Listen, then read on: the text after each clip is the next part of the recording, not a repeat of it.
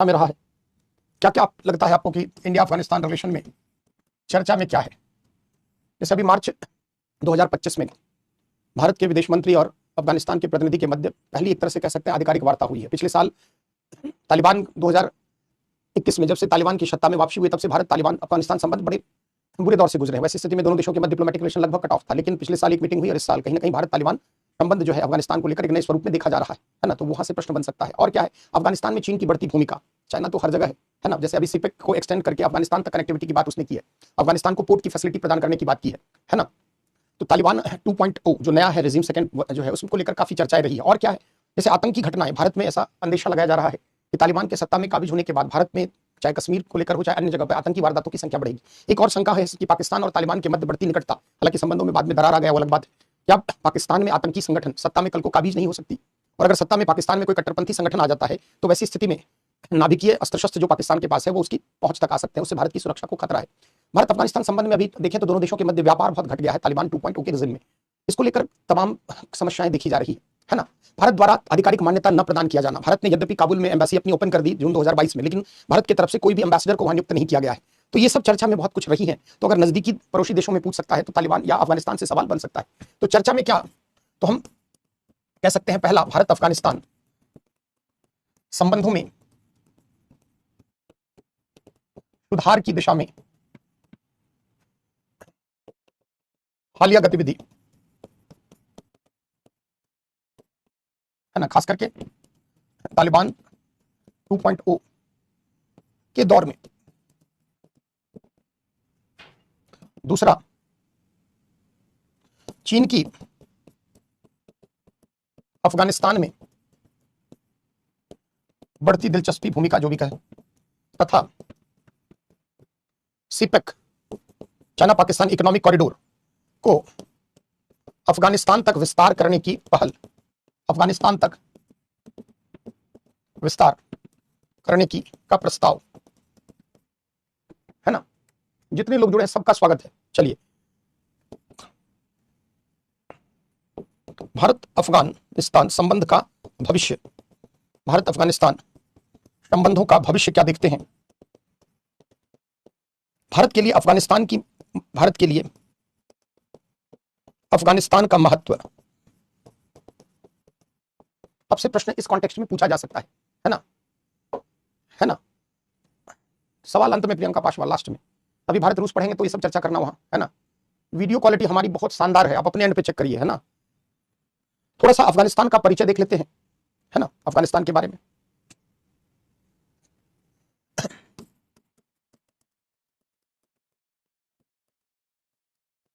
संक्षिप्त परिचय।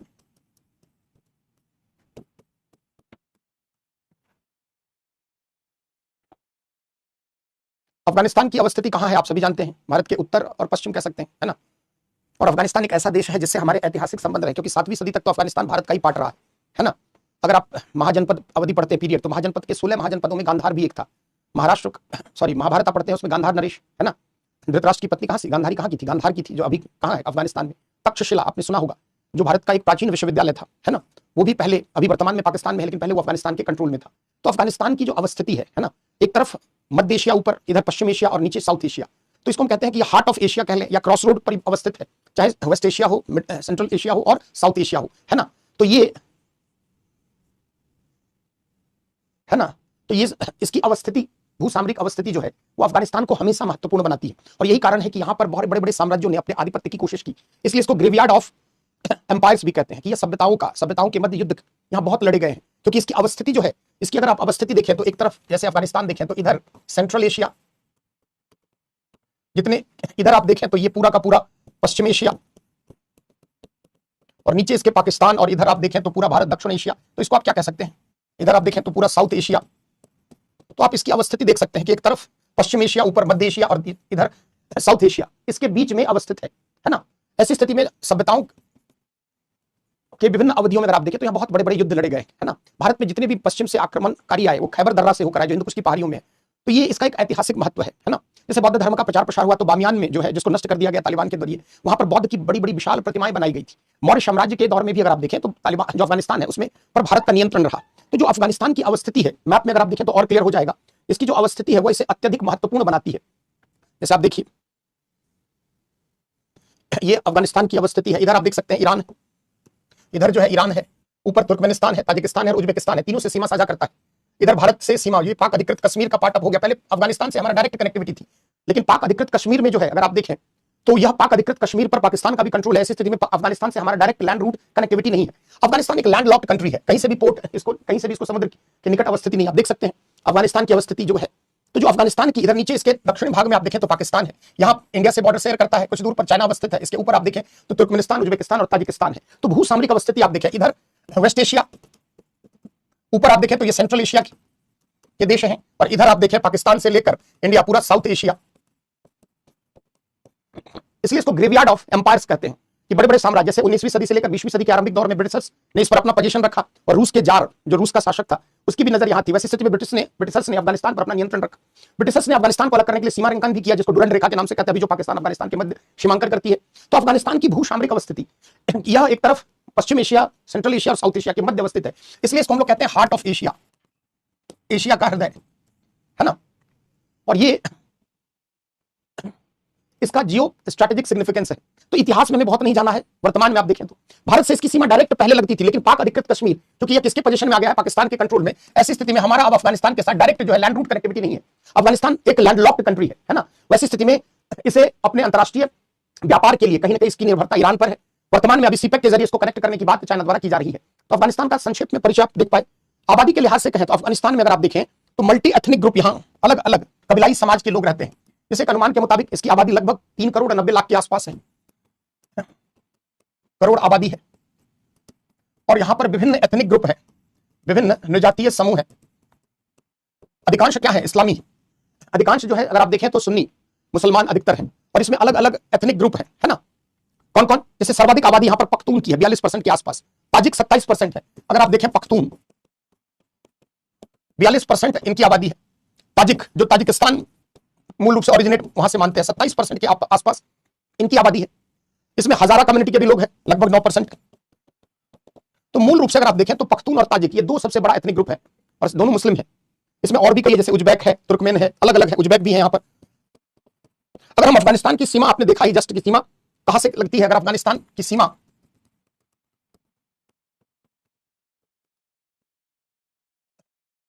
इसके दक्षिण में पाकिस्तान है, इसके उत्तर में आप देखें तो तुर्कमेनिस्तान,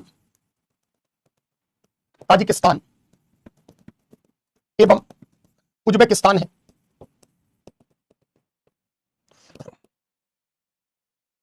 इसके उत्तर पूर्वी सीमा अगर आप देखें तो भारत वर्तमान में पाक अधिकृत कश्मीर जो है का पार्ट है वह। पश्चिम में अगर आप देखें तो ईरान। तो अफगानिस्तान की जो सीमा है यह इसे भू सामरिक दृष्टिकोण से अत्यंत महत्वपूर्ण बनाती है, भू सामरिक दृष्टि से महत्वपूर्ण बनाती है। क्योंकि आप सभी जानते हो, पहले भी हमने पढ़ा है आपको कि जो connect to Central Asia policy Bharat की है। क्यों सेंट्रल एशिया क्या है, तेल गैस के बहुत भंडार है। अफगानिस्तान का अगर टेरेन देखें तो जोग्राफिकल टेरेन भी बड़ा ही मिक्स्ड अप है। वहां गर्मी भी बहुत है, सर्दियां भी है, ठंड भी है, पठार है, प्लेट्यू अधिकतर है, कहीं जो है डरा है। तो जो वहां की भौगोलिक जलवायु परिस्थितियां जो है वह बहुत ही अलग टाइप की है ना। और यहां पर कोई बाहरी मुल्क का व्यक्ति सर्वाइव करने के लिए बहुत समस्याएं हैं। अफगानिस्तान अगर आप देखें तो इसकी भौगोलिक अवस्थिति जो है इसे महत्वपूर्ण बनाती है, क्योंकि इधर सेंट्रल एशिया में तेल गैस के अकूत भंडार है। इधर दक्षिण एशिया में अगर आप देखें तो दक्षिण में पाकिस्तान, इधर उत्तर पूर्व में अगर आप देखें तो भारत, है ना। तो इसकी जो अवस्थिति है अगर आप देखें तो वो इसे महत्वपूर्ण बनाती है। इसलिए इसको हार्ट ऑफ एशिया भी कहा जाता है ना। अगर भारत को मध्य एशिया के देशों से तेल गैस परियोजनाओं को अगर में भागीदारी बढ़ानी है तो अफगानिस्तान का साथ हमें चाहिए। और चूंकि पाकिस्तान के साथ हमारे संबंध खराब है तो पाकिस्तान को बाईपास करके ईरान के रास्ते से अफगानिस्तान होते हुए कनेक्टिविटी प्रस्तावित है चाबहार पोर्ट के जरिए। तो अफगानिस्तान की सीमा क्या है ये आप समझ पाए, है ना। थोड़ा सा इसका जो हिस्ट्री और क्या रहा है उसके बारे में भी चर्चा कर लेते हैं, है ना। ये एक लैंडलॉक्ड कंट्री है, तो कुछ फैक्ट्स एंड फिगर आप चाहें तो नोट कर सकते हैं। अफगानिस्तान लिखो, पहले कुछ चीजें पॉइंट लिख लो। ये अगर उतारे हो तो ठीक है, नहीं तो लिखो, लिखिए। देखिए भारत के उत्तर पश्चिम में, भारत के उत्तर पश्चिम में अफगानिस्तान स्थित है, जिससे भारत के अत्यंत प्राचीन संबंध रहे हैं, अत्यंत प्राचीन संबंध रहे हैं। 7वीं सदी तक अफगानिस्तान भारत का ही भाग रहा है। 7वीं सदी तक अफगानिस्तान भारत का ही भाग रहा है और भारत के 16 महाजनपदों में से एक महाजनपद भारत के, अफगानिस्तान का परिचय लिखो ना, हेडिंग सब चीज बताना ही पड़ेगा क्या जी। भारत के 16 महाजनपद में से गंधार, भारत के 16 महाजनपदों में से गंधार भी शामिल रहा है, जो वर्तमान में अफगानिस्तान में अवस्थित है। यहां तक कि तक्षशिला जैसे शिक्षा केंद्र, अभी पाकिस्तान का पार्ट है लेकिन उस समय जो है अफगानिस्तान की है ना, भी अफगानिस्तान के क्षेत्र में ही अवस्थित था। सिंधु घाटी सभ्यता के दौर में भी भारत अफगानिस्तान के मध्य संबंध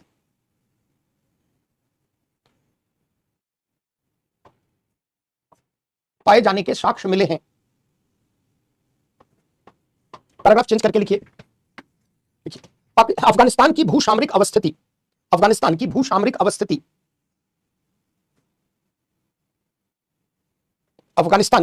अवस्थिति इसे रणनीतिक दृष्टिकोण से अत्यंत महत्वपूर्ण बनाती है, क्योंकि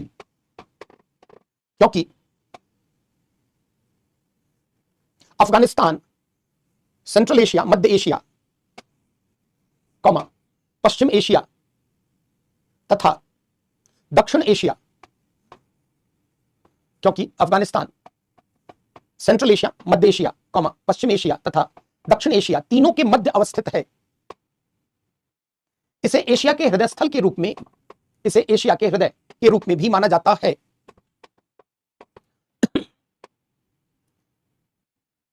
इसकी भौगोलिक अवस्थिति एशिया के केंद्र में होने के कारण विभिन्न साम्राज्यवादी शक्तियों द्वारा इस पर नियंत्रण का एक लंबा इतिहास रहा है।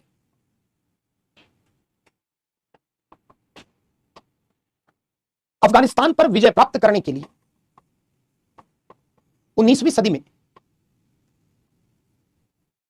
रूस तथा ग्रेट ब्रिटेन के मध्य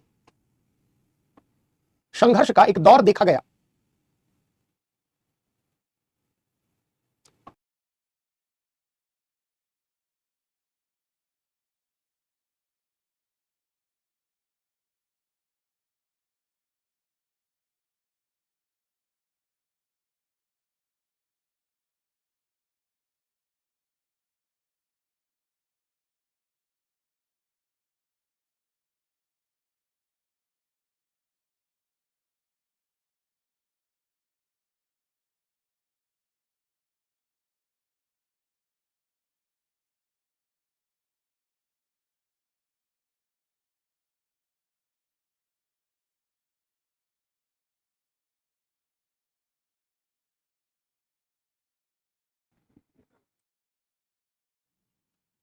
हमारी आवाज चलिए, पैराग्राफ चेंज करके इसे सभ्यताओं का कब्रगाह भी कहा जाता है, ग्रेवयार्ड्स ऑफ सिविलाइजेशन।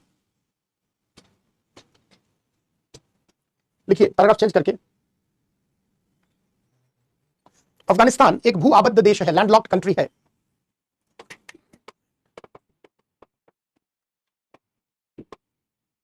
चलिए, अफगानिस्तान एक भू आबद्ध देश है जिसकी आबादी 3 करोड़ 90 लाख के आसपास है, जिसमें विभिन्न इस्लामिक नजातीय समूह की उपस्थिति है। अफगानिस्तान एक भू आबद्ध देश है, लिखो आशीष कुमार। अफगानिस्तान एक भू आबद्ध लैंडलॉक्ड कंट्री है जिसकी आबादी लगभग 3 करोड़ 90 लाख के आसपास है। अफगानिस्तान में विभिन्न इस्लामिक नजातीय समूह की उपस्थिति रही है। अफगानिस्तान में विभिन्न इस्लामिक नजातीय समूह की उपस्थिति रही है, जिसमें पख्तून, ताजिक, हजारा, उज्बेक, बोर्ड पे लिखा हुआ है, जिसमें पख्तून, ताजिक, हजारा, उज्बेक आदि प्रमुख हैं। भौगोलिक दृष्टि से अफगानिस्तान की प्राकृतिक संरचना अत्यंत जटिल है।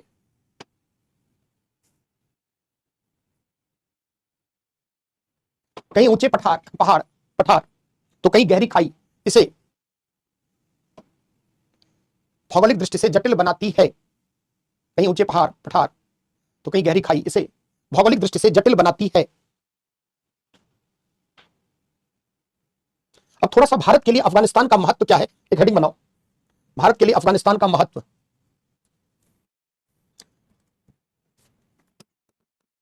भारत के लिए अफगानिस्तान का महत्व। आप सभी पहले भी कई बार बताया है, गोल्डन क्रेसेंट और गोल्डन ट्रायंगल पढ़ाया है ना। गोल्डन क्रेसेंट ओपियम अफीम उत्पादक, उसमें कौन कौन है, ईरान, पाकिस्तान और अफगानिस्तान। दुनिया में सर्वाधिक अफीम की खेती और अफीम का उत्पादन कहां होता है, अफगानिस्तान में है। और इस अफीम के व्यापार का जो पैसा है वह अफगानिस्तान को आर्थिक दृष्टिकोण से महत्वपूर्ण बनाता है। और अंतरराष्ट्रीय स्तर पर जो मादक द्रव्य का बड़ा बाजार है उसमें से अफगानिस्तान से निर्यातित अफीम की काफी डिमांड रहती है ना। ऐसी स्थिति में गोल्डन क्रेसेंट में इसकी अवस्थिति कहीं ना कहीं मादक द्रव्य के भारत में प्रवेश के लिहाज से भारत की सुरक्षा, भारत के लिए वह एक महत्वपूर्ण चुनौती है। अफगानिस्तान को हम कहते हैं कि आतंकवाद का शरणगाह है, शेल्टर है ना। ये उनका अगर आप देखें तो पनाहगाह है। अधिकांश आतंकी संगठनों की उपस्थिति वहां रही है और 90 के बाद से तो यह आतंकवाद या आप कहें आतंकी संगठनों की जन्मभूमि मानी जाती है। और यह सिर्फ भारत के लिए ही नहीं, पूरी दुनिया के लिए खतरा है। तो भारत में अगर कोई भी आतंकवादी गतिविधियां होती है तो उसके तार पाकिस्तान से होते हुए अफगानिस्तान तक जुड़ जाते हैं। जैसे लश्कर-ए-तैयबा है, अलकायदा है, जैसे मोहम्मद है, उनमें जो जितने भी आतंकी हैं उनकी रिक्रूटमेंट जो है यही अफगानिस्तान से, पाकिस्तान से होती है। और उसमें से अधिकांश अब तो कम आ रहे हैं, नहीं तो पहले अधिकांश आतंकी जो है वो अफगानिस्तान से आते हैं, क्योंकि वहां काफी दरिद्रता है, गरीबी है, कबीलाई समाज रहा है, हमेशा अस्थिर रहा है, हमेशा अशांत रहा है, धार्मिक कट्टरता चरम पर है। ऐसी स्थिति में अफगानिस्तान जो है उसमें आर्थिक विकास नहीं हो पाया है ना। और इस कारण जो है वहां के युवा जो है वो आतंकवाद को अपना पेशा, एक प्रोफेशन के रूप में देखते हैं। कट्टरपंथी ताकतें, कबीलाई समाज रहा है, हमेशा युद्ध रहा है, वहां पर युद्ध होता रहा है। आवाज सही जा रही है हमारे एंड से? एक बार आवाज गड़बड़ हुआ तो थोड़ी हमेशा है, आवाज सही नहीं जा रही है क्या, पहले चेक कर लो है ना। तो भारत के लिए अफगानिस्तान का महत्व है ना। तो पहला लिखिए गोल्डन क्रेसेंट, ब्रैकेट में ईरान, पाकिस्तान और अफगानिस्तान।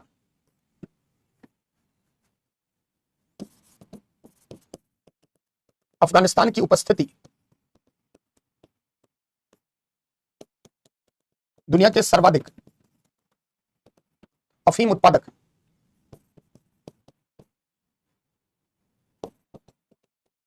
राष्ट्र के रूप में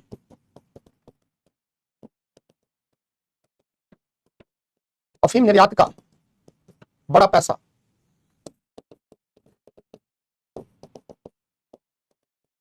आतंकवादी गतिविधियों हेतु फंडिंग में प्रयुक्त होता है। अतः भारत में मादक द्रव्यों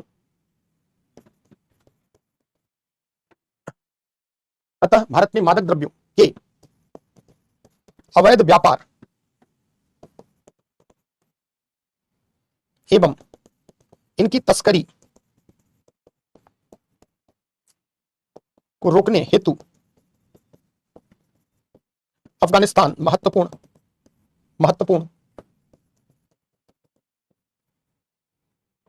हाँ लिखिए, गोल्डन क्रेसेंट में कौन कौन है, ईरान, पाकिस्तान और अफगानिस्तान। ये तीनों देश क्या है, अफीम उत्पादक देश हैं। और अफीम का जो पैसा है वो क्या होता है, उस पैसे से हथियारों का तस्करी होता है, आतंकवाद या अन्य आतंकी गतिविधियां, उग्रवादी गतिविधियों के लिए फंडिंग होती है ना। और अगर भारत में इन मादक द्रव्यों की अवैध तस्करी रोकनी है, इसका पैसा हथियारों में, आतंकवाद में, तमाम जगह, तो वैसी स्थिति में अफगानिस्तान का साथ भारत के लिए हमेशा महत्वपूर्ण है।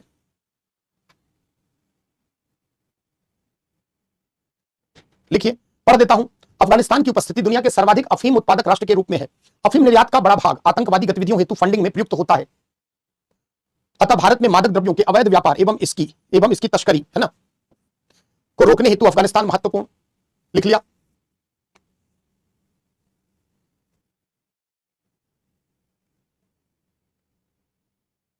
दूसरा पॉइंट लिखिए, अफगानिस्तान की भूसामरिक अवस्थिति भारत की connect to Central Asia policy की दृष्टि से महत्वपूर्ण। भारत मध्य एशिया स्थित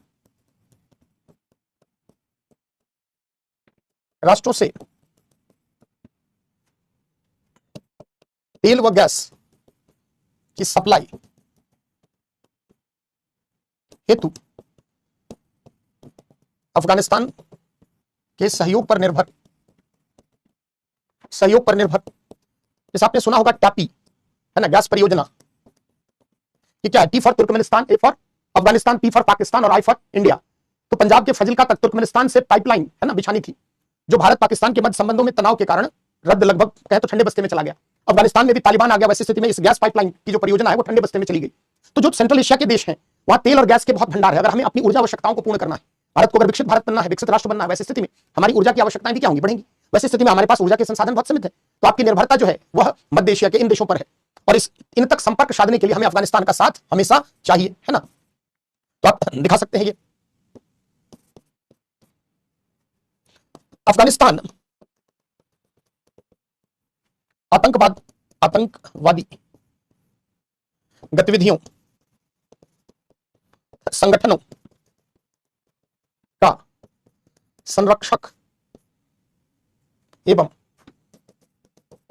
शरण स्थल प्रदान करता राष्ट्र है। अतः भारत में आतंकवाद पर नियंत्रण हेतु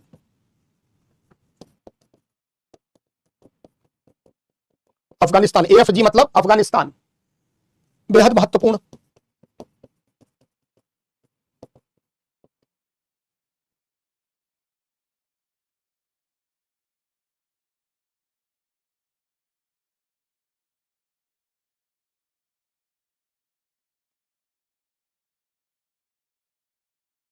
लिखा क्या है हमने? अफगानिस्तान आतंकवादी गतिविधियों, संगठनों का संरक्षक एवं शरण स्थल, शेल्टर प्रदान करता राष्ट्र है ना। आप देख लें जितने बड़े बड़े आतंकी संगठन हैं उनकी जड़ आपको अफगानिस्तान में देखी जाएगी, है ना। अतः भारत में आतंकवाद पर नियंत्रण हेतु हमें अफगानिस्तान बेहद महत्वपूर्ण है। कुछ अगर हम देखें तो भारत के क्षेत्रीय महाशक्ति के रूप में उभार के लिए भी चीन के यहां पर बढ़ते हुए हस्तक्षेप को काउंटर करना भी हमारे लिए जरूरी है ना। तो जो क्षेत्रीय शक्ति संतुलन है, या अगर हम देखें अंतरराष्ट्रीय मंच पर जैसे विभिन्न महाशक्तियों की गतिविधियां आ रही है, पहले सोवियत रूस की, बाद में अमेरिका, है ना, अब चाइना, आगे आप और समझ जाएंगे कैसे। तो वैसी स्थिति में क्षेत्रीय शक्ति संतुलन की दृष्टि से भी अफगानिस्तान में भारत के हित जुड़े हुए हैं, है ना। अफगानिस्तान अगर भारत के प्रत्यक्ष संपर्क में रहे, बेहतर संबंध हो, तो क्षेत्रीय शक्ति संतुलन के लिहाज से भी हमारे लिए महत्वपूर्ण है। तो अगला पॉइंट में हम चौथे पॉइंट में लिख सकते हैं, लिखिए एशियाई क्षेत्र में शक्ति संतुलन की दृष्टि से भी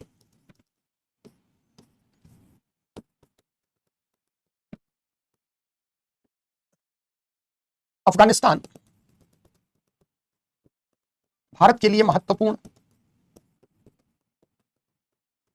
हाल के वर्षों में विशेषकर तालिबान 2.0 के शासन काल में चीन का अफगानिस्तान में बढ़ता नियंत्रण भारत की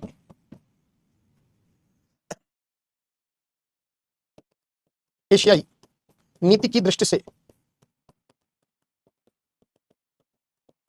बेहद चिंताजनक।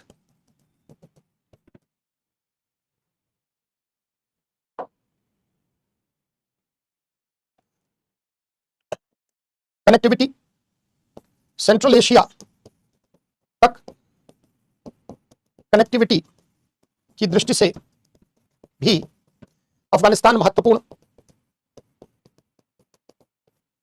ऐतिहासिक व सांस्कृतिक संबंध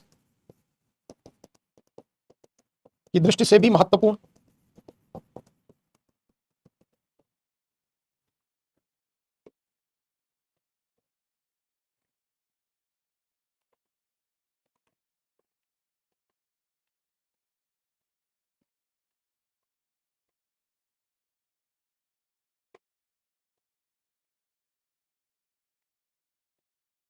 लिख लीजिए, इंपॉर्टेंट है ये।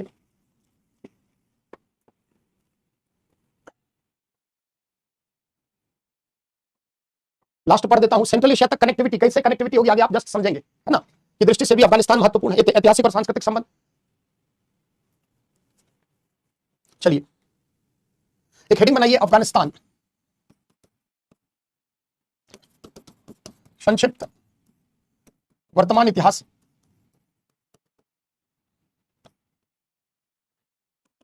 जैसे तालिबान कैसे आए, वहां पर क्या रहा है ना, उन सब के बारे में भी। जैसे अगर आप देखें तो 1933 से लेकर 1933 से लेकर 1973 तक अफगानिस्तान में राजतंत्र रहा, है ना, और वहां पर जाहिर शाह का शासन था, है ना। इस अवधि में वहां जाहिर शाह का शासन देखा गया। 1973 में राजतंत्र को हटाकर वहां पर लोकतंत्र की स्थापना के प्रयास हुए और मोहम्मद दाऊद वहां के प्रधानमंत्री बने। ये ज्यादा समय तक नहीं रह पाए, 1973 से लेकर 1978 तक मोहम्मद दाऊद वहां के पीएम बने तथा लोकतंत्र की स्थापना के प्रयास शुरू। 78 में आप देखें, है ना, 78 में वहां पर विद्रोह स्टार्ट होता है और प्रधानमंत्री दाऊद को एक मार्क्सवादी नेता है मोहम्मद नूर तराकी, उनके द्वारा वहां से हटाया जाता है, क्योंकि जो मोहम्मद नूर तराकी था बेसिकली यह एक कम्युनिस्ट माइंडेड व्यक्ति था और वहां पर लोकतंत्र के स्थान पर समाजवाद की स्थापना के लिए दाऊद को हटाकर नूर तराकी के द्वारा वहां पर विद्रोह किया जाता है। और उनको बैक करने के लिए जब पाकिस्तान ने इसमें हस्तक्षेप करना प्रारंभ किया, एक्चुअली आप समझ सकते हैं ये पीरियड कब का है, शीत युद्ध का दौर है। वैसी स्थिति में समाजवाद का प्रसार अफगानिस्तान के रास्ते पाकिस्तान दक्षिण एशिया में ना हो, यह अमेरिका की चिंता थी और अमेरिका ने पाकिस्तान के जरिए यहां पर जो है मोहम्मद नूर तराकी जो बनते हैं उनको हटाने की कोशिश की। वैसी स्थिति में सोवियत रूस का हस्तक्षेप यहां पर होता है और 1979 से लेकर 1989 तक सोवियत रूस का इन्वेजन अफगानिस्तान में देखा जाता है ना। तो आगे 1978 में अफगानिस्तान में विद्रोह मोहम्मद नूर तराकी के द्वारा, संक्षेप में इतिहास समझ लोगे तो आसानी होगी, द्वारा समाजवादी विचारधारा के प्रयास। अब देखिए सोवियत रूस का यहां पर इन्वेजन होता है, सोवियत रूस जो है वो पहुंच जाती है, ये शीत युद्ध का दौर है, क्योंकि पाकिस्तान अमेरिका मिलकर के इस नूर तराकी को हटाना चाहता था और इस नूर तराकी ने सोवियत रूस से मदद मांगी। वैसी स्थिति में सोवियत रूस की सेना, उस समय यूएसएसआर हुआ करता था, ये घटनाक्रम कब का है देख रहे हो, 1978 के बाद यानी 79 से लेकर आप देखें तो 1979 से लेकर 1989 तक सोवियत रूस की सेना का अफगानिस्तान के क्षेत्र में आक्रमण। अब देखो यह शीत युद्ध का दौर है और ऐसी स्थिति में शीत युद्ध के दौर में आप देखें तो अमेरिका और सोवियत रूस के मध्य जगजाहिर प्रतिद्वंदिता चल रही थी। जैसे ही सोवियत रूस की सेना यहां आती है, अब अमेरिका को डर सताने लगता है कि कहीं ना कहीं सोवियत रूस का अगर अफगानिस्तान पर नियंत्रण हो गया तो फिर हमारे हाथ से दक्षिण एशिया, पश्चिम एशिया सब निकल जाएगा। वैसे ही सोवियत रूस का ईरान से दुश्मनी, यही 79 में ईरान में रिवॉल्यूशन होता है, इस्लामिक क्रांति, और वैसी स्थिति में इस्लामिक क्रांति ईरान में होती है और ईरान जो है अमेरिका विरोधी। तो ये तत्कालीन घटनाक्रम कुछ ऐसी घटित हुई जिसमें सोवियत रूस को इन्वेजन करना पड़ा, नूर तराकी की समाजवादी विचारधारा की सरकार को पाकिस्तान अमेरिका की मदद से हटाने के प्रयास हुए और सोवियत रूस ने अपने एशिया में प्रभुत्व की स्थापना के क्रम में वहां अपनी सेना भेजी और 79 से 89 तक आप देखें तो सोवियत रूस की सेना अफगानिस्तान में रही। लेकिन अफगानिस्तान की भौगोलिक परिस्थितियां बड़ी जटिल है, कहीं पहाड़, कहीं पठार, कहीं घाटी। जलवायु की दृष्टि से भी रूस आप सभी जानते हैं ठंडा प्रदेश है।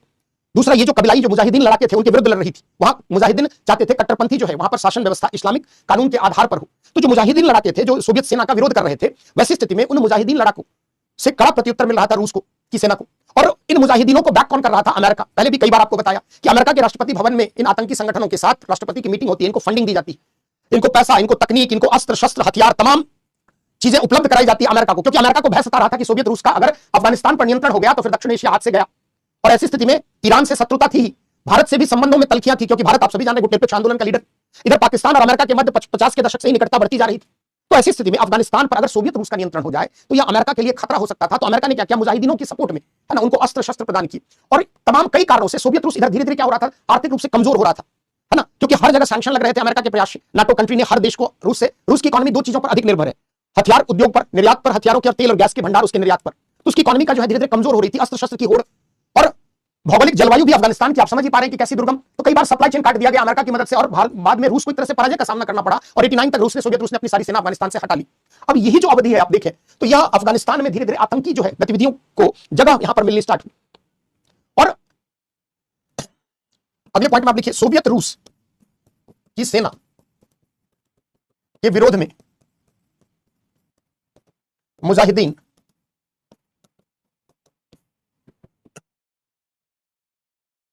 की मदद यूएसए द्वारा की गई और कई कारणों से सोवियत रूस की सेना अफगानिस्तान से 1989 तक वापस हो गई।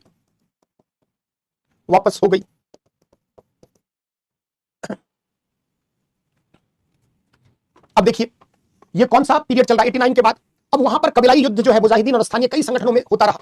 96 में, है ना, वहां तालिबान 1.0 का शासन आता है। और ये जो तालिबान शुरू में बड़ा लोकप्रिय हुआ, क्योंकि ये जो मुजाहिदीन लड़ाके थे ये मनमाने तरीके से अफगानिस्तान में अपना पैर पसार रहे थे, है ना, पूर्णतः ये शरिया कानून की बात कर रहे थे, महिलाओं के तमाम अधिकारों को कटिल करने की बात कर रहे थे, है ना, और एक प्रकार से यह धार्मिक आधार पर, पूर्ण विशुद्ध इस्लामिक मान्यताओं के आधार पर अफगानिस्तान के निर्माण की बात कर रहे थे। और इससे अफगानिस्तान में जो है आर्थिक विकास की तमाम समस्याएं उत्पन्न हो गई, युद्ध जैसे हालात, क्योंकि कई कबीलाई समाज है, वैसी स्थिति में मुजाहिदीनों के विरुद्ध भी स्थानीय कई जो है संगठनों की उपस्थिति देखी गई। और इन सब कारणों से अफगानिस्तान में अगर आप देखें तो 89 से लेकर 96 तक अशांति बनी रही। 96 में तालिबान बेसिकली अगर आप देखें तो तालिबान का शाब्दिक अर्थ क्या होता है? छात्र, स्टूडेंट, किसके? इस्लाम की मान्यताओं को मानने वाले छात्र। और 1996 से लेकर 2001 तक अगर आप देखें तो वहां तालिबान गवर्नमेंट बनती है ना, और 1996 से लेकर 2001 तक यहां पर तालिबान का उदय होता है, तालिबान पहला 1.0 का उदय, तथा अफगानिस्तान की सत्ता इनके हाथों में। अब देखो ये घटनाक्रम कब का है, सीक्वेंस आप समझ लें बस, 2001 तक।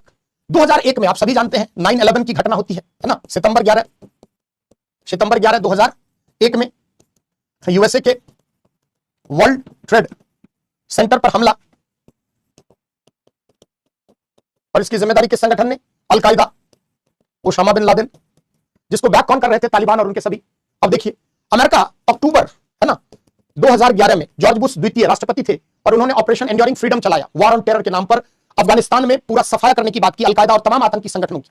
और आप देखें तो 2001 में, अक्टूबर 2001 में अमेरिकी सेना का हस्तक्षेप होता है और ऑपरेशन एंड्योरिंग फ्रीडम या वॉर ऑन टेरर के नाम पर अफगानिस्तान को अगले 1-2 साल में पूरा नेस्तनाबूद कर दिया गया, है ना। जितने भी आतंकी संगठन थे, बेस थे, उन सबको वहां से, तो वहां पर कारपेट बम्बार्डिंग हुई पहली बार, है ना, और जितने भी आतंकी संगठनों के जो भी कैंप थे, जो भी उनके शेल्टर प्लेस थे, सबको ध्वस्त किया गया। और इस अवधि में अगर आप देखें 2011 नहीं 2001, सॉरी, है ना, 2001, तो अगले पॉइंट में आप क्या लिखेंगे? अक्टूबर 2001 में अमेरिका, है ना, यूएसए द्वारा operation enduring freedom and war on terror अभियान चलाया गया।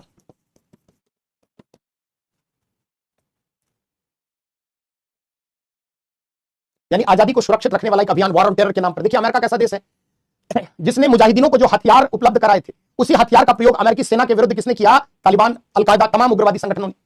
क्योंकि 96 से 2001 के बीच में अगर आप देखें तो तालिबान के शासनकाल में अफगानिस्तान शेल्टर प्लेस बन गया, अल-कायदा जैसे मोहम्मद, तमाम operation enduring freedom and war on terror अभियान चलाया गया, फलक नाज,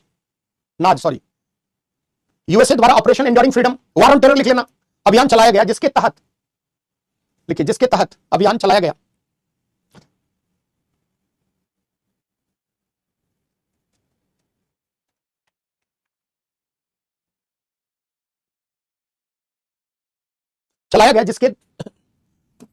जिसके द्वारा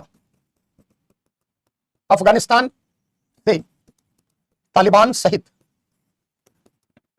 विभिन्न आतंकी संगठनों का सफाया किया गया। एक तरह से आप देखिए तो 2001 में अटैक होता है और 2001 से लेकर लगभग 2021 20 वर्ष तक अमेरिका की सेना अफगानिस्तान में रही। हाँ, एक कारण वो भी था अफगानिस्तान में हस्तक्षेप भी, है ना। अमेरिकी सेना द्वारा अफगानिस्तान में 2001 से लेकर अगस्त 2021 लगभग 20 वर्षों उपस्थिति रही। अब देखो युद्ध के कारण अफगानिस्तान पूरी तरह क्या हुआ जी? तबाह हो गया। सोच सकते हैं कि कितनी बम्बार्डिंग, लगभग $1 ट्रिलियन, इतना पैसा है अमेरिका के पास, $1 ट्रिलियन से अधिक इस युद्ध का खर्च आया, है ना। और एक दिन 2 दिन नहीं चला, अगर आप देखें तो साल 2 साल 3 साल तक अभियान चलता रहा, पूरे के पूरे अफगानिस्तान को नेस्तनाबूद कर दिया गया अमेरिका के द्वारा। और ऐसी स्थिति में अब अफगानिस्तान का एक बार नए स्वरूप में उसका डेवलपमेंट, रिकंस्ट्रक्शन करना भी अमेरिका की नैतिक जिम्मेदारी थी। क्योंकि पूरी दुनिया के विश्व समुदाय द्वारा बार बार कहा जा रहा था कि अफगानिस्तान में भैया खाली आतंकी संगठन ही थोड़े हैं, अफगानिस्तान में वहां के स्थानीय लोग भी हैं, सारे के सारे आतंकी थोड़ी हैं। और अफगानिस्तान को पूरी तरह बर्बाद कर दिया गया, इकोनॉमी ध्वस्त हो गई। अब आप सोच सकते हो कि अगर किसी राष्ट्र की इकोनॉमी को ध्वस्त कर दिया जाएगा तो वहां असंतोष युवाओं में बढ़ेगा नहीं। वैसी स्थिति में अमेरिका ने वहां क्या किया? लोकतंत्र की स्थापना के प्रयास किए और अपने पपेट समझते हैं ना, कठपुतली, जो वहां लोकतांत्रिक सरकारें बनी वो अमेरिका के निशाने पर वहां स्थापित हुई। अमेरिका रिकंस्ट्रक्शन ऑफ अफगानिस्तान के जरिए अमेरिका ने बहुत सारा पैसा भी खर्च किया, ऐसा नहीं है, और वह वहां पर लोकतंत्र को स्थापित करके दुनिया को यह मैसेज देना चाह रहा था कि अफगानिस्तान में अब पुनर्निर्माण का कार्य अफगानिस्तान में अमेरिका द्वारा किया जा रहा है। अब यही वो जो अवधि है, अगर आप देखें तो 2001 के बाद 2003 से पूरी लोकतांत्रिक प्रक्रिया स्टार्ट होती है और वह यह अवधि जो है, भारत इस अवधि में अफगानिस्तान में हस्तक्षेप करता है, क्योंकि अफगानिस्तान के पुनर्निर्माण में सबसे अधिक पैसा अमेरिका के बाद अगर किसी एक देश का लगा है तो वह भारत का है। और अगर आप देखें तो करजई जो राष्ट्रपति बने, या अगर आप देखें गनी साहब, दोनों के टेन्योर में भारत अफगानिस्तान संबंधों का अगर हम दौर देखें तो 2003 से लेकर, है ना, एक लाइन अगला इसमें और लिख लें तो कंटिन्यूटी बन जाएगी, समझ जाएंगे पूरा। लिखिए, अमेरिका यूएसए द्वारा युद्ध से जर्जर व तबाह अफगानिस्तान के पुनर्निर्माण एवं वहां लोकतंत्र की स्थापना के प्रयासों को भी 2003 से 3 के पश्चात बल प्रदान किया गया।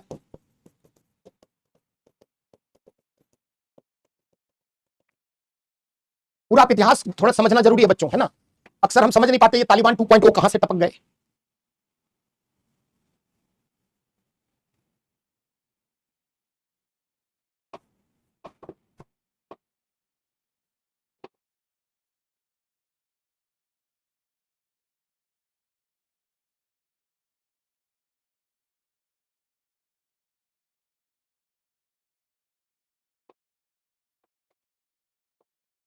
हो गया।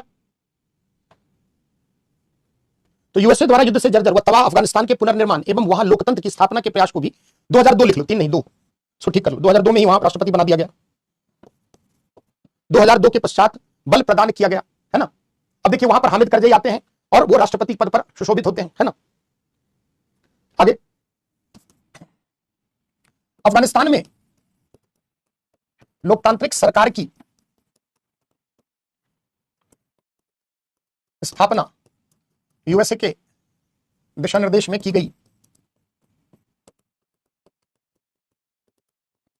गई तथा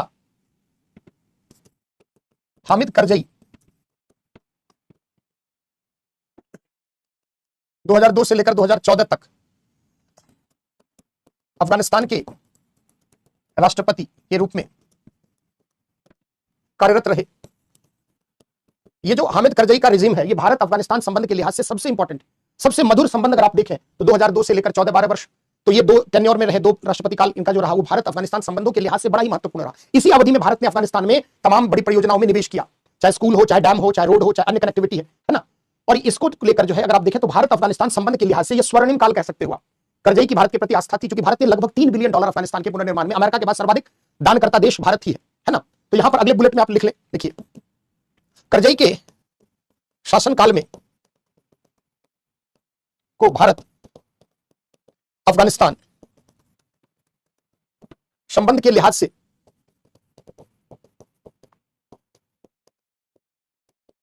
बेहद महत्वपूर्ण माना जाता है। इस अवधि में भारत द्वारा अफगानिस्तान के पुनर्निर्माण व विकास में यूएसए के पश्चात अब तक या पश्चात सर्वाधिक निवेश किया गया, सर्वाधिक निवेश किया गया, है ना। कौन कौन से देश भारत से अलग हुए, लास्ट में प्रश्न अंत में पूछो विकास।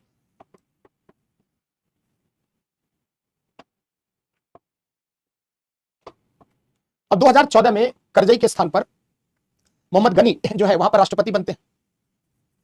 करजई के शासनकाल को भारत अफगानिस्तान संबंध के लिहाज से बेहद महत्वपूर्ण माना जाता है, क्योंकि इस अवधि में भारत ने क्या किया, अफगानिस्तान में ह्यूमैनिटेरियन ग्राउंड पे डेवलपमेंट के नाम पर बहुत सारा इन्वेस्ट किया, है ना। और ये जो अवधि है Bharat Afghanistan people to people connectivity, Bharat की अफगानिस्तान में एक इमेज बनी। जब तक करजई रहे वहां राष्ट्रपति, उन्होंने पाकिस्तान से दूरी बनाई रखी और भारत की तरफ मित्रता का हाथ बढ़ाया। और प्रधानमंत्री आप देखें तो मनमोहन सिंह के रेजिम में अफगानिस्तान के साथ संबंध स्थापना के बहुत ही सराहनीय प्रयास हुए। 2014 में ये हार जाते हैं और इनके स्थान पर गनी साहब बनते हैं। अब ये जो गनी साहब है, बेसिकली इनका जो रवैया था वो कभी पाकिस्तान की रुख करते थे और कभी भारत की, कभी चाइना की तरफ, जो हर देश में होता है। जैसे ही करजई के स्थान पर गनी साहब आते हैं, भारत अफगानिस्तान संबंधों में थोड़ा डेंट लगना स्टार्ट होता है। इस अवधि में भारत द्वारा अफगानिस्तान के पुनर्निर्माण व विकास में यूएस के पश्चात सर्वाधिक निवेश किया गया, है ना। अमेरिका के पश्चात, यूएसए के पश्चात सर्वाधिक निवेश किया गया। लिखो जल्दी।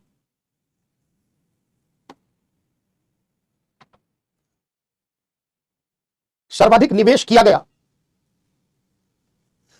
2014 में अफगानिस्तान के नए राष्ट्रपति, सबसे कमजोर, जिन्होंने अफगानिस्तान को स्वाहा कर दिया, अफगानिस्तान के नए राष्ट्रपति कौन थे? अशरफ गनी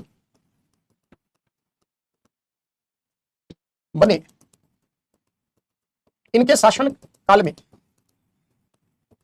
अफगानिस्तान में यूएसए, पाकिस्तान एवं चाइना की दखल अंदाजी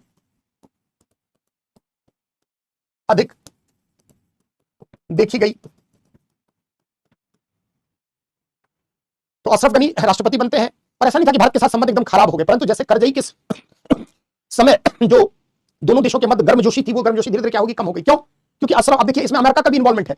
पहले भी आपको पढ़ाया कि यूएसए की पॉलिसी जो रही थी, पॉलिसी 2001 के पश्चात क्या रही? आप पाक पॉलिसी। आप पाक पॉलिसी पहले भी चर्चा किया। ऑफ मतलब एफ, अफगानिस्तान पाकिस्तान।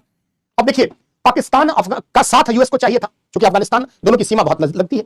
वैसी स्थिति में अमेरिका पाकिस्तान को कई जो है फंडिंग करना स्टार्ट करता है। अशरफ गनी साहब, भारत की तरफ करजई का रुख अधिक था, पाकिस्तान की उन्होंने उपेक्षा की, है ना, क्योंकि पाकिस्तान को लेकर बॉर्डर डिस्प्यूट, डुरंड रेखा को लेकर अफगानिस्तान और पाकिस्तान के मध्य आज भी कायम है ना। जैसे जो खैबर पख्तूनवा है, वो बेसिकली अफगानिस्तान का ही पार्ट रहा है, जिसको पाकिस्तान ने धोखे से अपने में अधिकृत कर रखा है। एक बार इमेज देख लेंगे तो आपको, जैसे आप देख सकते हैं कि ये जो है, ये देखिए अफगानिस्तान का ये जो मैप है ना, देख सकते हैं कि ये जो पाकिस्तान की सीमा कितनी, यहां से लेकर आप ये देखें, ये पूरा का पूरा जो है सीमा अफगानिस्तान किससे साझा करता है? ये बलूचिस्तान का पार्ट है पाकिस्तान का। ये जो पार्ट है अगर आप देखें तो ये खैबर पख्तूनवा है। आए दिन यहां पर आप अक्सर सुनते हैं आतंकी विस्फोट वगैरह, है ना। तो ये जो है टेरिटरी अफगानिस्तान का था, जिसको धोखे से पाकिस्तान में मिला दिया गया। तो वहां पर दोनों देशों के मध्य, अफगानिस्तान और पाकिस्तान के मध्य सीमा विवाद शुरू से ही है। लेकिन जब अशरफ गनी आते हैं, करजई के टेन्योर में पाकिस्तान की तरफ थोड़ा रुख अफगानिस्तान का कड़ा रहा, लेकिन जैसे अशरफ गनी आते हैं और उनके टेन्योर में अगर आप देखें तो अमेरिका का इन्वॉल्वमेंट बढ़ जाता है, और ऐसी स्थिति में पाकिस्तान अफगानिस्तान संबंध में जो दूरी थी उसको नजदीकियां बढ़ाने का काम अमेरिका करता है। ये तो हर जगह पूरी दुनिया में अशांति फैलाने वाला अगर कोई एक देश है तो आप सभी समझदार हैं। अब क्या है, यूएसए की जो ये जो पॉलिसी आती है, पाक पॉलिसी, इसके तहत अफगानिस्तान पाकिस्तान दोनों का सहयोग उसे चाहिए था, और धीरे धीरे अशरफ गनी के टेन्योर में आप देखें तो कट्टरपंथी ताकतों का धीरे धीरे उभार होने लगा। अब आप ही सोचिए कि अमेरिका 20 साल तक वहां रहा, उसे मिला क्या? अफगानिस्तान में हस्तक्षेप के कारण जितने भी इस्लामिक देश है उसमें अमेरिका की छवि खराब हुई, दक्षिण एशिया के क्षेत्र में अशांति फैली। अब जो रीजनल पावर बैलेंस है वो चाइना की तरफ टिल्ट हो गया, $1 ट्रिलियन इकोनॉमी का बह गया अफगानिस्तान में अमेरिका का। लेकिन अमेरिका को मिला क्या? लगभग 6000 से अधिक अमेरिका के जवान जो है उनकी हत्या हो गई, इस युद्ध में मारे गए, और अमेरिका को भारी नुकसान उठाना पड़ा। वैसी स्थिति में जब जो बाइडेन बनते हैं वहां के राष्ट्रपति, जब उन्होंने इधर आर्थिक मोर्चों से भी अगर आप देखें तो वह अमेरिका धीरे धीरे आर्थिक मोर्चों पर भी कमजोर हो रहा था, और ऐसी स्थिति में आप देखें तो जो बाइडेन ने अनावश्यक अफगानिस्तान में सेना की नियुक्ति और उसका खर्च जो है वो अमेरिकी प्रशासन को बहुत चिंता में डाल रहा था। ऐसी स्थिति में आनंद फानंद में, हालांकि इसके लिए परिदृश्य पिछले 1-1.5 साल से बन रहा, और बाइडेन के टेन्योर में ही अगस्त में वहां से अमेरिकी सेना हटती है। अमेरिकी सेना के हटते ही वहां कबीलाई युद्ध शुरू होता है और अशरफ गनी को देश छोड़ना पड़ता है, और तालिबान 2.0 सत्ता में काबिज हो जाती है। आप सोचिए कि अमेरिका चाहता तो अपनी सारी मशीनरी, सारे आर्म्स एमिनिशन हथियार ये लेकर चला जाता, 750 करोड़ से अधिक पैसे का आर्म्स एमिनिशन वो अफगानिस्तान में छोड़कर चला गया। पागल देश नहीं है वो, जानबूझकर इन हथियारों के प्रयोग से आतंकी गतिविधियां, वहां अशांति आएगी, और ऐसी स्थिति में आतंकवाद का मुद्दा हावी होगा, हथियारों का बाजार गर्म होगा। अमेरिका जानबूझकर, अमेरिका की रणनीति यही रही। आनंद फानंद में अमेरिका की सेना हटी, और अफगानिस्तान में जैसे ही अमेरिका की सेना की वहां से वापसी हुई, अफगानिस्तान में अशांति फिर फैल गई। वो तो हिस्ट्री ही वहां रही है। इधर आप देखें तो तालिबान की फंडिंग अलग अलग देशों से होनी स्टार्ट हुई, खास करके इस्लामिक जगत के कई देशों ने अमेरिका के विरुद्ध में फंडिंग की। अल-कायदा जैसे आतंकी संगठन को कई देशों की मदद मिली, और इन तमाम कारणों से अगर आप देखें तो अफगानिस्तान एक बार दोबारा जो है अशांत हो गया, और 2021 में वहां तालिबान 2.0 की उपस्थिति देखी जाती है। ये पूरा का पूरा अफगानिस्तान का घटनाक्रम है कि 2021 में अमेरिका की, है ना, 2021 में यूएसए की सेना द्वारा अफगानिस्तान से हटने के पश्चात सोचिए कि अफगानिस्तान की आर्मी इतनी कमजोर थी कि 15 दिन भी नहीं लगे तालिबान को पूरे अफगानिस्तान पर नियंत्रण करने में, है ना, और पूरे अफगानिस्तान पर तालिबान का कंट्रोल आ गया। क्लास रुक गई है राज सिंह तुम्हारे एंड पे, कभी कभी वेट कर लिया करो कमेंट करने से पहले, देख लो 10 लोग और भी कर रहे हैं क्या, है ना। 1 सेकंड आपके एंड पे कुछ हुआ नहीं कि आवाज चली गई तो ये है, कई बार रेयर ही आवाज जाती है, थोड़ा वेट कर लो बेटा, दिख जाएगा। कई बार इंटरनेट का आपके एंड पे भी प्रॉब्लम होता है, कई बार रेयर ही हमारे एंड पे भी कभी कभार होता है ना। तो 2021 में यूएसए की सेना द्वारा अफगानिस्तान से हटने के पश्चात अशरफ गनी एक असफल राष्ट्रपति, अफगानिस्तान में जो काम करजई ने किया धीरे धीरे चरणबद्ध तरीके से सबको, और 2014 से लेकर 2021 तक 7 वर्षों में अफगानिस्तान को क्या किया, पूरी तरह से धीरे धीरे कमजोर कर दिया। और ऐसी स्थिति में कट्टरपंथी ताकतों का उदय होता है, और धीरे धीरे वहां पर तालिबान पुनः सत्ता में काबिज हो जाता है अगस्त 2021 में। तुमने क्या लिखा, 2021 में यूएसए की सेना द्वारा अफगानिस्तान से हटने के पश्चात अफगानिस्तान में तालिबान 2.0 का के द्वारा संपूर्ण क्षेत्र पर नियंत्रण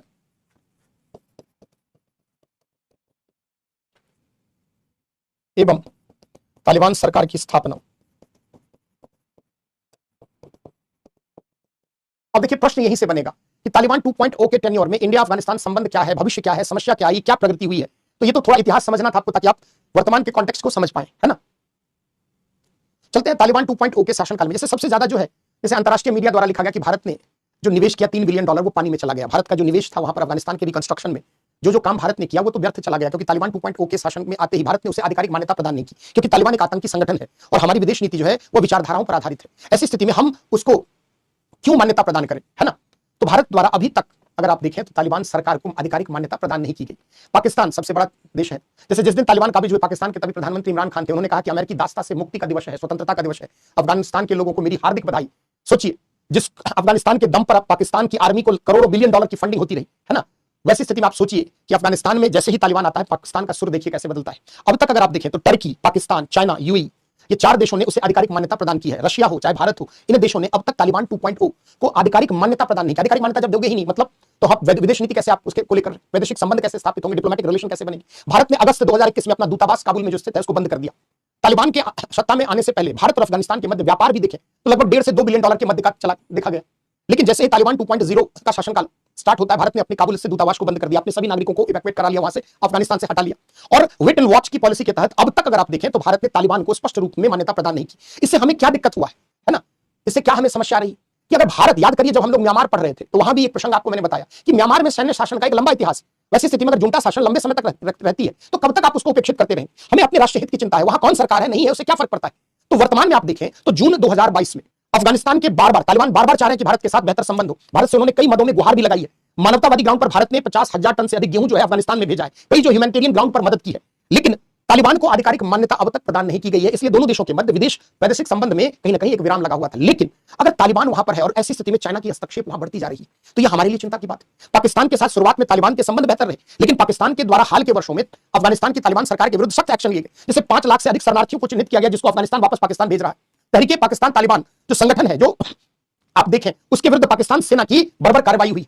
और सीमा विवाद या तहरीके तालिबान जो है पाकिस्तान की शाखा जो है, उसके विरुद्ध जो भी एयर स्ट्राइक हुए हैं उसमें के कारण अफगानिस्तान और पाकिस्तान के संबंधों में अभी दूरी है। अगर भारत लंबे समय तक तालिबान से दूरी बनाए रखेगा तो यह हमारे राष्ट्र हित के लिए कहीं से भी सही नहीं है, क्योंकि यही मौका मिल जाएगा चाइना को वहां पर अपने पैर फैलाने के लिए जगह मिल जाएगी। ऐसी स्थिति में भारत क्या कर सकता है? क्या हमने जो $3 बिलियन अफगानिस्तान में निवेशित किया, अफगानिस्तान की कई परियोजनाओं में जो भारत ने कार्य किया, क्या वो पानी में चला गया? ऐसा नहीं है। अफगानिस्तान के लोग आज भी भारत के प्रति ऋणी है। आपने इसकी झलक देखी होगी वर्ल्ड कप मैच में, जब सेमीफाइनल में अफगानिस्तान की टीम खेल रही थी, पूरा भारत की क्राउड जो है उसको समर्थन दे रही थी। जब पाकिस्तान और अफगानिस्तान में मैच होता, आप देखिए कि अफगानिस्तान की टीम का समर्थन भारत के लोग करते हैं। अब भारत की फिल्में, भारत के गीत, भारत के कलाकार, भारत के क्रिकेटर अफगानिस्तान में काफी लोकप्रिय है। और दोनों देशों के मध्य जो संबंध है, ऐसा नहीं है कि वह तालिबान के आने से वो संबंध खराब हो जाएंगे। हाँ, कहीं ना कहीं संबंधों में गतिरोध अवश्य आया है। तो भारत ने वहां क्या किया है, पहले इसकी झलक देखते हैं, फिर लास्ट में तालिबान 2.0 के शासनकाल में भारत की विदेश नीति क्या है, क्या हल है, हमारी सोच क्या है, इन पर चर्चा करते हैं। तो एक हेडिंग बनाइए कि भारत द्वारा अफगानिस्तान के पुनर्निर्माण हेतु किया गया कार्य। भारत द्वारा अफगानिस्तान के पुनर्निर्माण एवं विकास हेतु किया गया प्रयास।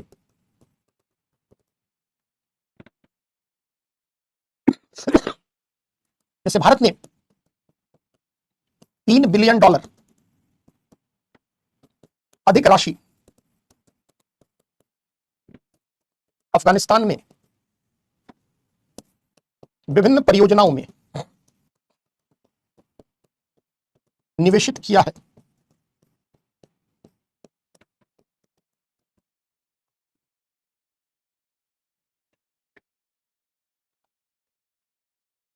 आ रहे हैं निष्कर्ष पर शुभम वर्मा।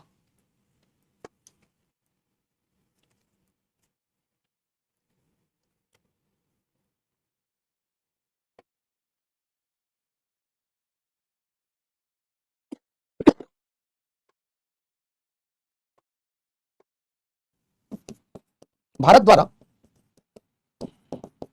अफगानिस्तान के हेरात शहर में 2250 करोड़ रुपए की लागत से, तत्कालीन समय में $30 मिलियन करोड़ की लागत से सलमा डैम, जिसको भारत अफगानिस्तान मित्रता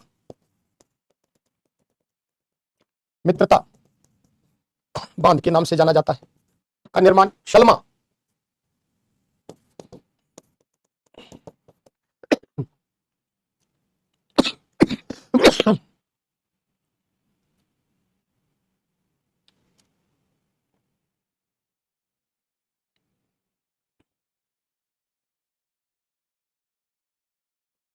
अफगानिस्तान के पार्लियामेंट का निर्माण किया भारत ने, है ना। काबुल में भारत द्वारा अफगानिस्तान की संसद भवन का निर्माण 667 करोड़ रुपए की लागत से, रुपए है लागत से, अफगानिस्तान के 34 प्रांतों में स्कूलों, सामुदायिक भवनों, सड़कों, पुस्तकालयों, स्वास्थ्य केंद्रों आदि का निर्माण भारत द्वारा। जैसे स्टूडेंट वीजा 14,000 से 15,000 जो है ना, 14 से 15,000 अफगानी छात्र जो है भारत में पढ़ रहे हैं, है ना, उनको दिया जाता है छात्रवृत्ति स्कॉलरशिप। एक जारांज डिलाराम मार्ग है ना, भारत की संस्था बीआरओ द्वारा, क्या है अभी समझाता हूं, जारांज डिलाराम सड़क मार्ग का निर्माण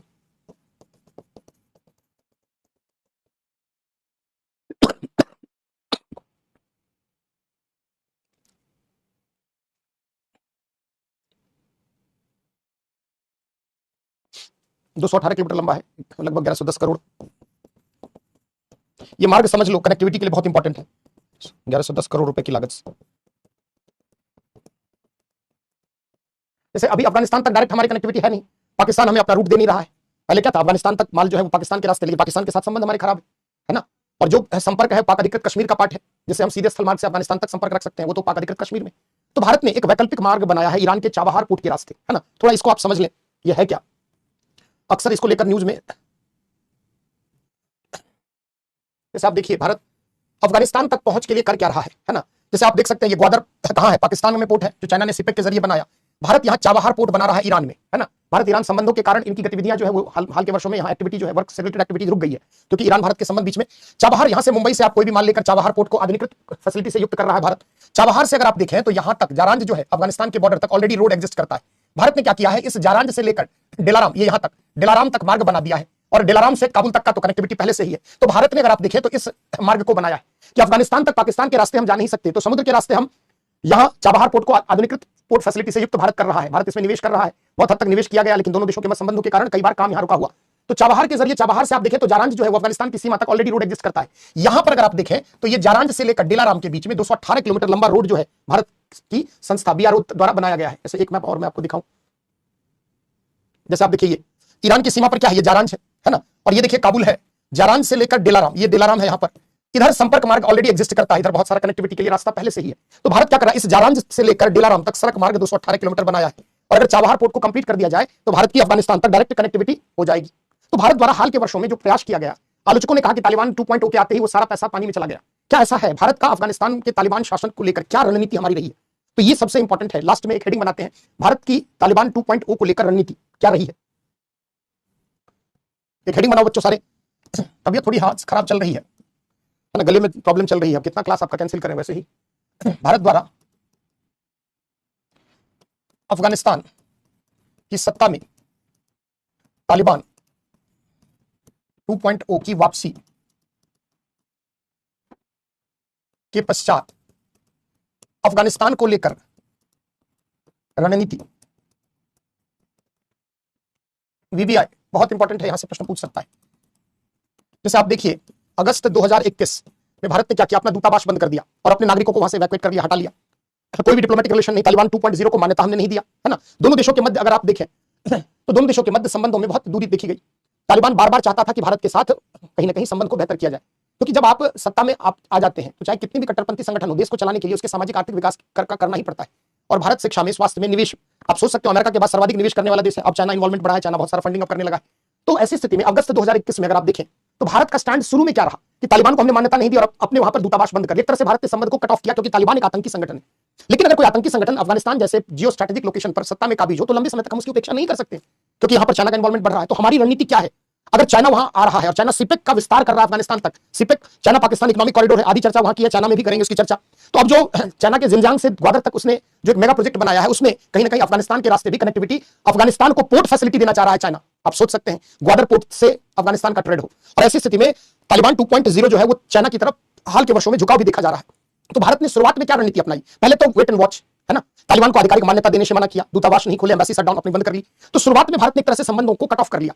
लेकिन अगर आप देखें कि 2022 के बाद से तालिबान सरकार के आग्रह पर काबुल में दोबारा एम्बेसी हमने खोल दिया। तालिबान सरकार के प्रतिनिधियों से लास्ट ईयर अगर आप देखें तो नवंबर दिसंबर में भारत की वार्ता हुई, है ना, और हेडिंग का सेंस कुछ और निकल रहा है। क्या लिखा है? भारत द्वारा अफगानिस्तान की सत्ता में तालिबान 2.0 की वापसी के पश्चात अफगानिस्तान को लेकर रणनीति क्या अलग निकल रहा है? क्या है? तो शुरुआत क्या रहा, अब क्या है, दोनों बता रहे हैं। तो शुरुआत अगस्त 2021 में क्या हो रहा है जी? तालिबान आ रहा है यहां पर। अब क्या है लास्ट में लिखेंगे तो समझ लो, तो लो पूरा। तो पहले क्या रणनीति रहा, अब क्या है? तो शुरुआत पहले यहां से करो, अगस्त 2021 में भारत द्वारा तालिबान 2.0 को आधिकारिक मान्यता प्रदान न करना तथा काबुल स्थित अपना दूतावास बंद कर लेना। दूतावास अगस्त 2021 में बंद कर लेना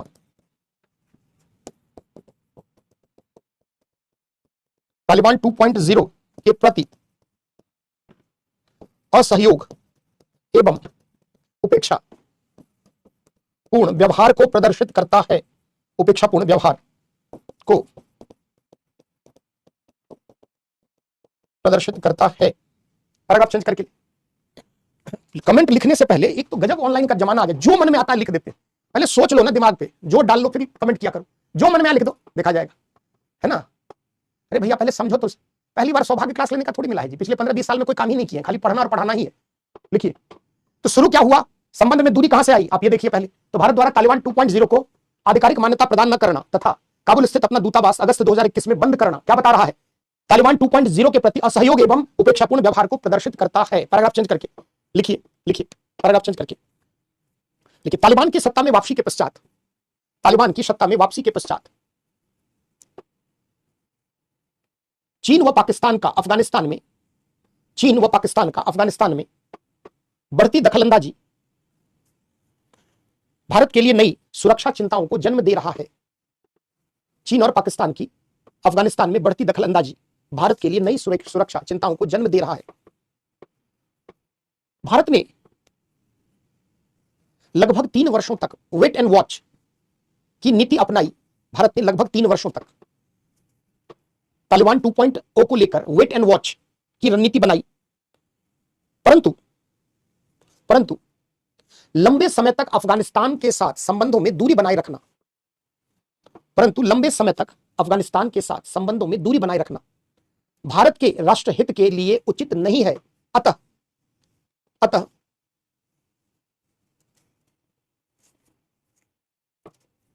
नवंबर दिसंबर 2024 के बाद से भारत ने तालिबान 2.0 के साथ अनौपचारिक वार्ता की पहल प्रारंभ की है। अनौपचारिक वार्ता की पहल प्रारंभ की है। लिखिए, कोई बात नहीं समझा होगा इसलिए वो लिखा है, ऐसा भी नहीं, गलती है। लिखिए, पैराग्राफ चेंज करके मार्च 2025 में दोनों देशों के विदेश सचिव के मध्य, ऐसे नहीं लिखो, ऐसे लिखो, मार्च 2025 में भारत के विदेश सचिव तथा अफगानिस्तान के विदेश मंत्री के मध्य दुबई में वार्ता संपन्न हुई है। एक्टिंग फॉरेन मिनिस्टर जो है वहां का, भारत के विदेश सचिव एस जयशंकर और वहां के एक्टिंग जो फॉरेन मिनिस्टर के बीच दुबई में वार्ता संपन्न हुई है। और वार्ता में दोनों देश परस्पर वार्ताओं के जरिए परस्पर संबंध स्थापना के प्रयास को निकट भविष्य में बढ़ाएंगे। यद्यपि भारत ने अभी तक तालिबान शासन को आधिकारिक मान्यता प्रदान नहीं की है, लेकिन अफगानिस्तान की भूसामरिक अवस्थिति,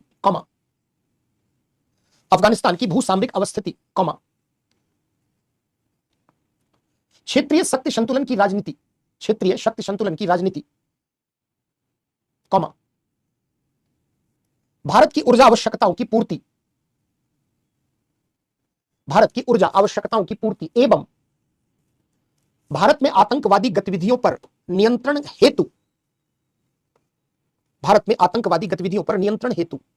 अफगानिस्तान अत्यधिक महत्वपूर्ण है। अतः भारत को मानवतावादी दृष्टिकोण के आधार पर अफगानिस्तान की हर संभव मदद करने के साथ साथ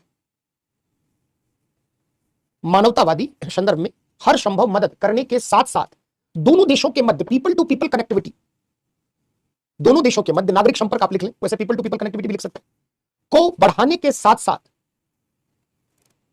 सांस्कृतिक कूटनीति का प्रयोग कर संबंधों में व्याप्त गतिरोध को कम करने की पहल करनी चाहिए।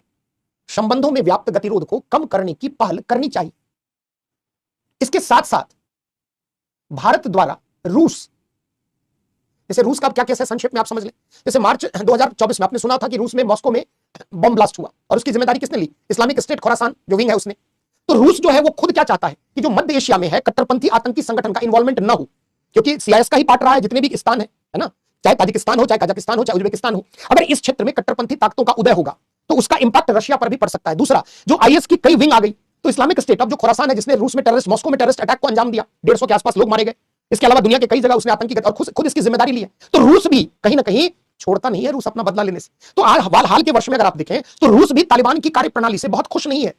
ऐसी स्थिति में भारत को क्या करना चाहिए? रूस की मदद के साथ, है ना, चाइना और पाकिस्तान को काउंटर करना चाहिए अफगानिस्तान, है ना, क्योंकि रूस भी खुद त्रस्त रहा है ना। तो आपने क्या लिखा है? भारत द्वारा रूस की मदद से, बस करो आकाश बहुत हो गया। अतः भारत द्वारा रूस की मदद से तालिबान पर कड़े नियंत्रण के साथ बेहतर संबंध स्थापना के प्रयास को भी बल प्रदान किया जाना चाहिए। कड़े नियंत्रण के साथ साथ बेहतर संबंध स्थापना के प्रयास किया जाना चाहिए। तो तालिबान को लेकर हमारी फॉरेन पॉलिसी क्या है? ऑफिशियली हम उसको एक्सेप्ट नहीं किया हमने, लेकिन हम उसको दरकिनार नहीं कर सकते, इसीलिए अनऑफिशियल मीटिंग स्टार्ट हुई लास्ट ईयर। अब फॉरेन सेक्रेटरी पहुंच गए दुबई। तो हम क्या कर रहे हैं? अपने जो इस्लामिक देश जैसे यूएई के साथ हमारा बड़ा नजदीकी रिश्ता है, I2U2 में भी हम यूएई के साथ हैं, तो भारत क्या कर रहा है? अपने इन चैनल का प्रयोग कर रहा है। और ऐसी स्थिति में तालिबान को लंबे समय तक आप उसकी उपेक्षा न करें, वरना स्थिति विकराल हो सकती है। कल को अगर चाइना पाकिस्तान तालिबान का नेक्सस बन गया तो हमारे लिए नए थ्रेट को वो जन्म दे सकता है। तो भारत क्या करे? तो रशिया के साथ मिलकर के सार्थक नियंत्रण करे, शब्द में भी उस पर कठोर शब्द भी प्रयोग करे और बीच बीच में सामदाम दंड भेद। चाइना का इन्वॉल्वमेंट, जैसे सिपेक का लालच चाइना ही करता है, डेट ट्रैप में लेना चाहता है, लालच फिर दिखाना स्टार्ट किया है। तालिबान अफगानिस्तान में रेयर अर्थ मटेरियल है, यूरेनियम है, अलग अलग प्राकृतिक बहुत सारे जो है भंडार है, इन सब पर चाइना की नजर है। और सेंट्रल एशिया तक कनेक्टिविटी उस चाइना के लिए भी महत्वपूर्ण है। तो बिना अफगानिस्तान की धरती का प्रयोग करके वो नहीं कर सकता। तो चीन की भी महत्वाकांक्षा है। वैसी स्थिति में आप उसे नजरअंदाज न करें। ठीक है, माना कि हमारी फॉरेन पॉलिसी का मौलिक सिद्धांत है कि किसी आतंकी संगठन को सत्ता में है तो हम उसके साथ संबंध को कट ऑफ कर लेते हैं, लेकिन लंबे समय तक अगर कट ऑफ किया हमने तो वो हमारे लिए नुकसानदायक हो सकता है। जैसे मान लो कोई शरीर में आपकी बीमारी है, आप उसको कितना दिन इग्नोर कर सकते हैं? हो सकता है ज्यादा इग्नोर किया तो बीमारी विकराल हो सकती है।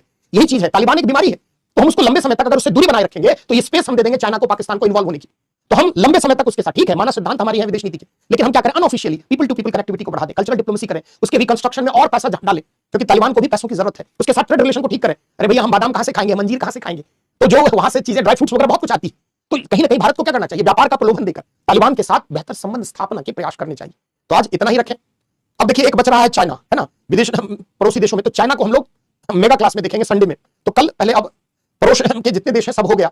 अब पहले कल हम लोग महाशक्तियों के साथ संबंध देखते हैं, इंडिया यूएसए रिलेशन। फिर होमवर्क दे रहा हूं, जूनियर शरत पढ़कर आना, ठीक है। अब जिनको कोई सवाल है, जेन्युइन सवाल है तो पूछिए, जिनको सवाल नहीं है शुभ रात्रि, good night, thank you very much.